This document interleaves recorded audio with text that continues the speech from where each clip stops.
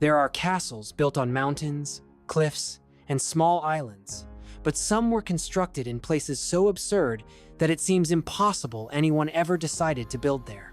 Without modern machinery, without explosives, and without helicopters.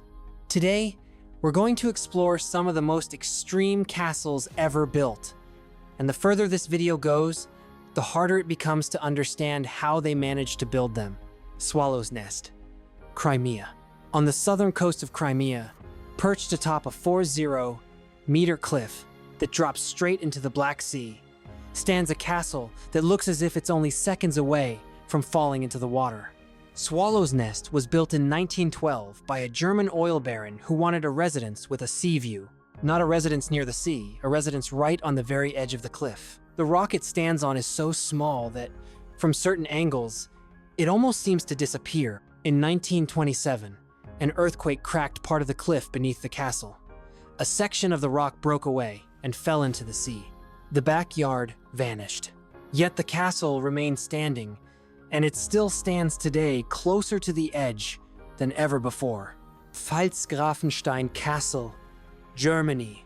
In the middle of the Rhine River, on a rocky island barely 100 meters long, stands a castle that wasn't built to defend a city or protect a border.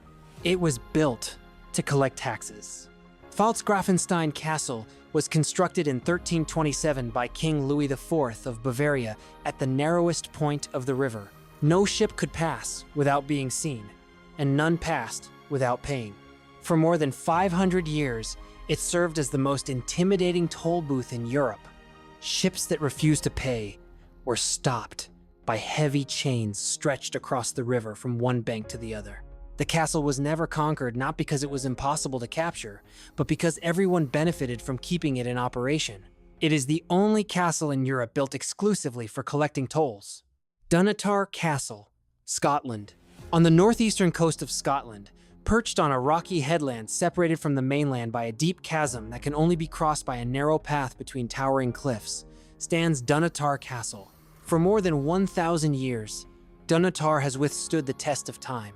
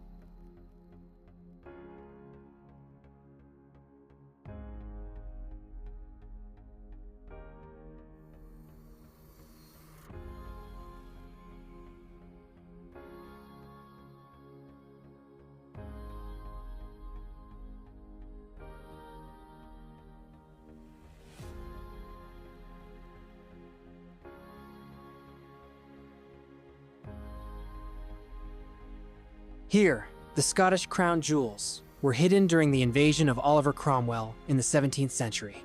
When the English troops finally captured the castle after an 8-month siege, the jewels were already gone. A woman had secretly carried them out hidden beneath her clothes and buried them in a nearby church.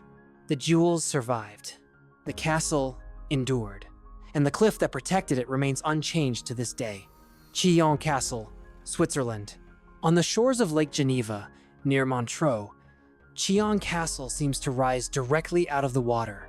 It was built on a rocky islet that controls the passage between the lake and the Alps. For centuries, whoever controlled Chillon controlled the most important trade route between northern and southern Europe. But what made it famous around the world wasn't its military history. It was a poem. In 1816, Lord Byron visited the castle and wrote The Prisoner of Chillon, inspired by Francois Bonnivard, a monk who was chained in the castle's dungeons for 6 years. Byron carved his name into one of the prison cell's columns. The inscription is still there, and visitors today look for it before anything else. Breathtaking Castle, Slovenia. About 80 kilometers from Ljubljana, built into the mouth of a natural cave in a 3 meter high cliff, stands a castle that has remained there for more than 800 years. It wasn't built in front of the cave. It was built inside it. In the 15th century, the knight Erasmus of Luig took refuge here after defying the Holy Roman Empire. The castle withstood a siege lasting more than a year because the cave contained a secret tunnel leading out through the back of the mountain. The imperial troops couldn't understand how it was possible. The castle was completely surrounded, yet the man inside continued receiving supplies. The siege finally ended when a servant betrayed him by signaling with a flag the exact moment Erasmus was using the bathroom. He was killed by a cannon shot. The secret tunnel remained untouched. Mehrangarh Fort, India, in the city of Jodhpur, in the state of Rajasthan. Mehrangarh Fort rises 125 meters above the famous Blue City below. It was founded in 1459 by Maharaja Rao Jodha. Its walls reach up to 36 meters in height and are as much as 20 meters thick in some places. To build the fort, the builders had to evict a hermit who lived on the hill. The hermit cursed them. According to tradition, Rao Jodha buried a man alive in the foundations to counter the curse. On the main gates, you can still see the handprints of the Maharaja's widows who performed sati, the ritual of self-immolation.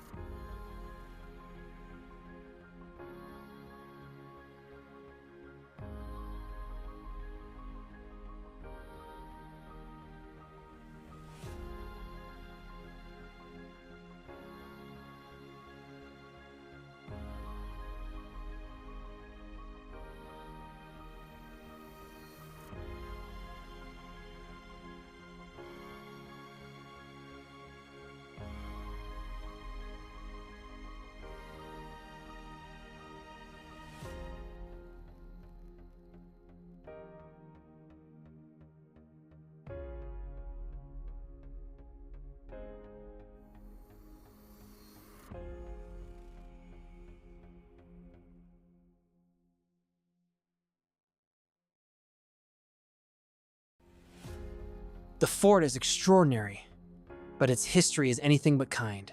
Alien Donen Castle, Scotland. At the point where three sea locks meet in the Scottish Highlands, a small, rocky island connected to the shore by a stone bridge supports one of the most photographed castles in the world. Alien Donen Castle was built in the 13th century to defend against Viking invasions. In 1719, during a Jacobite uprising, 3 British Royal Navy frigates bombarded the castle until it was reduced to ruins. The remains lay abandoned for nearly 200 years. In 1911, a Scottish lieutenant colonel purchased it for a modest sum and spent the next 20 years rebuilding it stone by stone using the original plans he had discovered in historical archives. The castle standing today is a reconstruction, but the island, the lock, and its location are exactly the same as they were more than 800 years ago.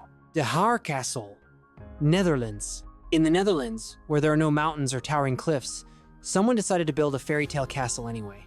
De Haar Castle dates back to the 14th century, but it was almost entirely rebuilt from scratch in the late 19th century by architect Pierre Cuypers, the same man who designed Amsterdam's Rijksmuseum.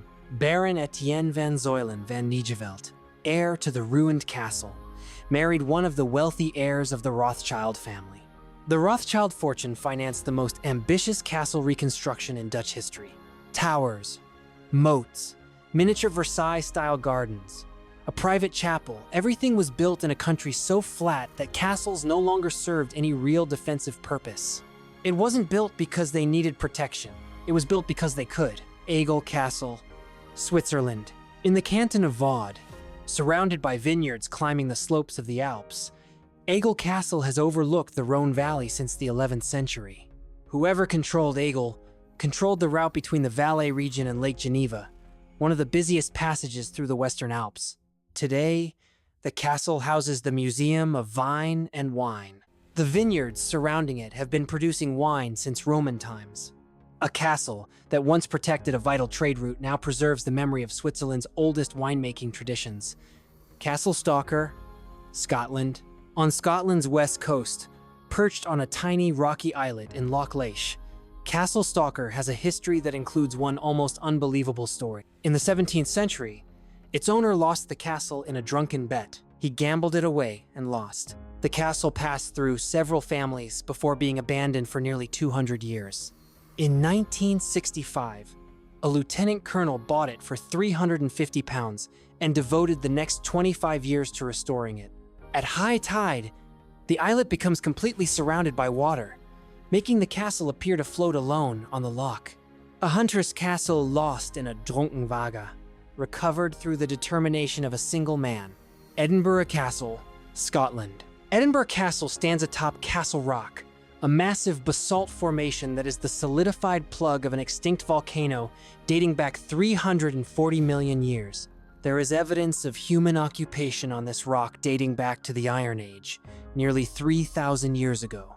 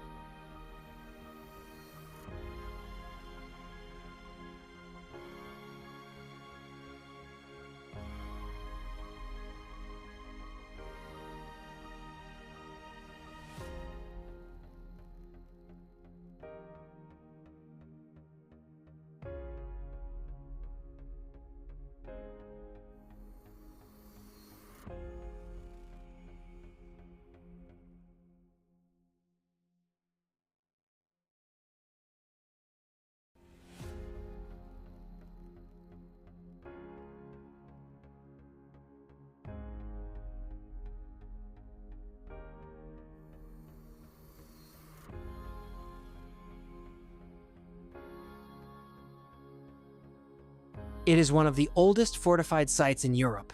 The Stone of Destiny, upon which Scottish kings were crowned, was kept here for centuries before being taken by the English in 1296. It was finally returned to Scotland 700 years later, in 1996. The castle dominates the city from its extinct volcano, and the city grew around it as if the volcano were the center of gravity for everything that came afterward. Neuschwanstein Castle, Germany.